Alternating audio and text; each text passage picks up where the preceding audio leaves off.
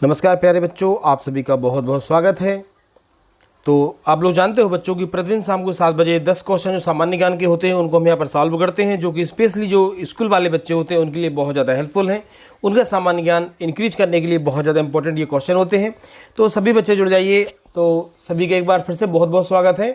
आइए हम हमारी आज की क्लास को स्टार्ट करते हैं। बच्चों, हमारा आज का पहला क्वेश्चन है, आप देख पा रहे हैं। पहला क्वेश्चन हमारा बच्चों आज का, हंसाने वाली गैस का रासायनिक सूत्र क्या है। ठीक है, क्वेश्चन क्या दिया है बच्चों आपको कि हंसाने वाली जो गैस है उसका रासायनिक सूत्र क्या है।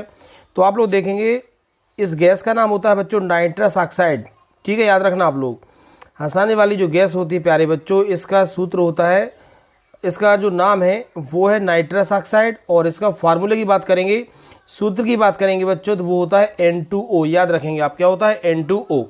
तो याद रखना है आपको, हंसाने वाली जो गैस होती है बच्चों उसका रासायनिक सूत्र क्या है N2O। क्या हो जाएगा N2O। ठीक है ना, नाइट्रस ऑक्साइड हंसाने वाली गैस का नाम है नाइट्रस ऑक्साइड, रासायनिक नाम, और रासायनिक सूत्र है N2O। ठीक है बच्चों, क्वेश्चन नंबर सेकंड देखिए हम।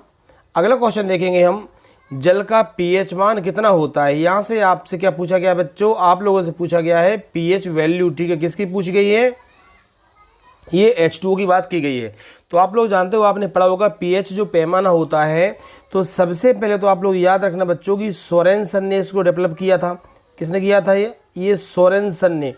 ठीक है, सोरेनसन ने 1909 में इसको डेवलप किया था।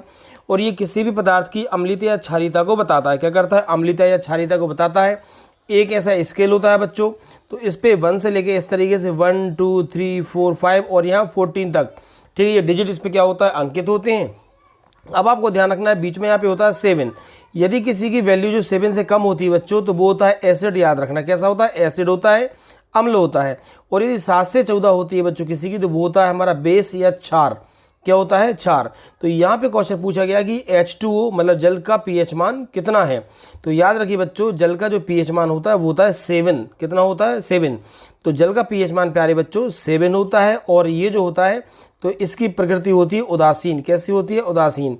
मतलब हम कह सकते हैं कि जो जल है हमारा बच्चों, ना तो वो अम्ल है और ना वो क्षार है, उसका जो नेचर होता है वो कैसा होता है, उदासीन प्रकृति का होता है वो। तो आपको याद रखना है बच्चों, जल का पीएच मान होता है 7। कितना होगा बच्चों, 7। ओके, क्वेश्चन नंबर 3 देखिएगा। नेक्स्ट हमारा क्वेश्चन है बच्चों, भूकंप मापी यंत्र कौन सा है। ठीक है, क्वेश्चन क्या है बच्चों, अगला जो हमारा क्वेश्चन है बच्चों वो है भूकंप मापी यंत्र कौन सा है। तो आपको बताना है भूकंप मापी यंत्र कौन सा है। तो भूकंप मापी जो यंत्र होता है बच्चों वो है सीस्मोग्राफ। याद रखेंगे आप लोग, कौन सा है, तो वो है सीस्मोग्राफ। कौन सा है, सीस्मोग्राफ। सीस्मोग्राफ क्या है, भूकंप मापी यंत्र है। ठीक है, अगला क्वेश्चन देखिएगा। अगला जो क्वेश्चन है हमारा कि कोशिका सिद्धांत किसने दिया। कोशिका के बारे में आपको बहुत सारे क्वेश्चन में कंप्लीट करा चुका हूँ। सबसे पहले आपको मालूम है कोशिका की खोज किसने की थी, रॉबर्ट हुक ने की थी। केंद्रक आपको बताया था रॉबर्ट ब्राउन ने। माइटोकॉन्ड्रिया आपको बताया था अल्टमैन ने इसकी खोज की थी। यहाँ पर क्वेश्चन है बच्चों कि कोशिका सिद्धांत, तो याद रखिएगा जी, ये जो कोशिका सिद्धांत है ये दिया था बच्चों, डबल से देखेंगे आप लोग, ये दिया था स्लीडन एवं स्वान। क्या नाम है इन वैज्ञानिक का, स्लीडन एवं स्वान। ये नाम याद रखिएगा, स्लीडन एवं स्वान। तो ये स्लीडन एवं स्वान है बच्चों, इन्होंने क्या किया था, कोशिका सिद्धांत का प्रतिपादन किया था। ठीक है, किसने दिया था, स्लीडन एवं स्वान ने। हम बात करेंगे बच्चों 5वें नंबर की। तो क्वेश्चन नंबर हमारा जो 5 वो देख पा रहे हैं आप लोग, क्वेश्चन नंबर 5 है कि न्यूट्रॉन की खोज किसने की।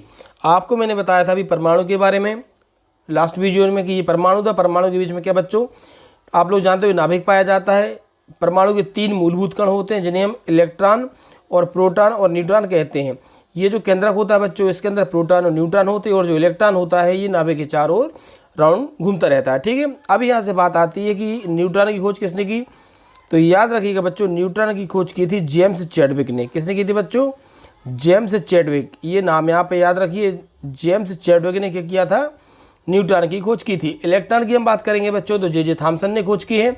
और प्रोटॉन की हम बात करेंगे, गोल्डस्टीन ने इसकी खोज की थी। और यहाँ पे हमसे पूछा गया न्यूट्रॉन, तो इसका राइट आंसर है जेम्स चैडविक। ओके, अब हम बात करेंगे बच्चों यहाँ से अगले क्वेश्चन की, जो हमारा नेक्स्ट क्वेश्चन है, देख पा रहे हैं आप लोग, क्वेश्चन नंबर, ठीक है, 6। नमक का रासायनिक सूत्र क्या है। क्या है बच्चों, नमक का रासायनिक सूत्र।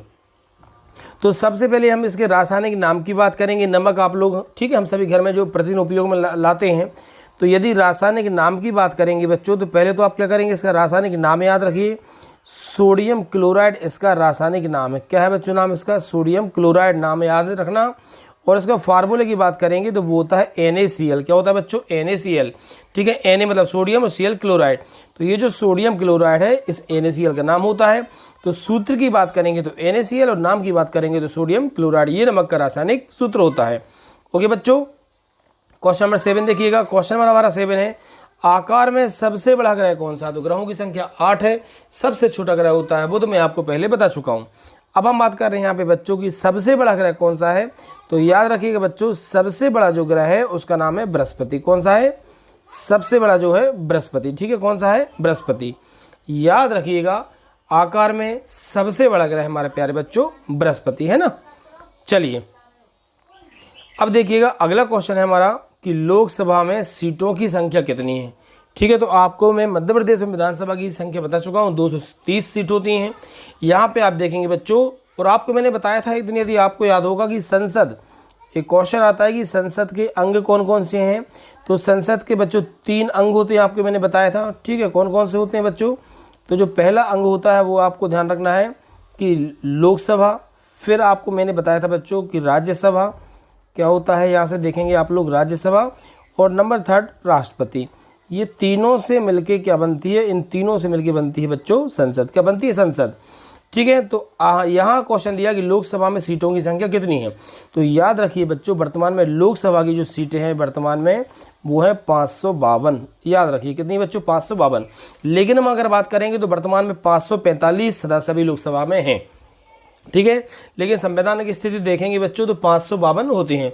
राज्यसभा की यदि बात करेंगे बच्चों तो इसमें होती हैं 250। कितनी है? 250। ठीक है, ओके बच्चों, तो ये याद रखिए आप लोग, लोकसभा में सीटों की संख्या 552। ठीक है, अब हम बात करते हैं क्वेश्चन नंबर 9 की। क्वेश्चन नंबर 9 हमसे पूछा गया है कि भारत में सबसे अधिक वर्षा कहाँ होती है। ठीक है, क्वेश्चन क्या है बच्चों की पूरे भारत की बात कर रहे हैं हम कि भारत में सबसे अधिक वर्षा कहाँ होती है। तो याद रखिएगा, भारत में सबसे अधिक जो वर्षा होती है बच्चों वो होती है मासिनराम।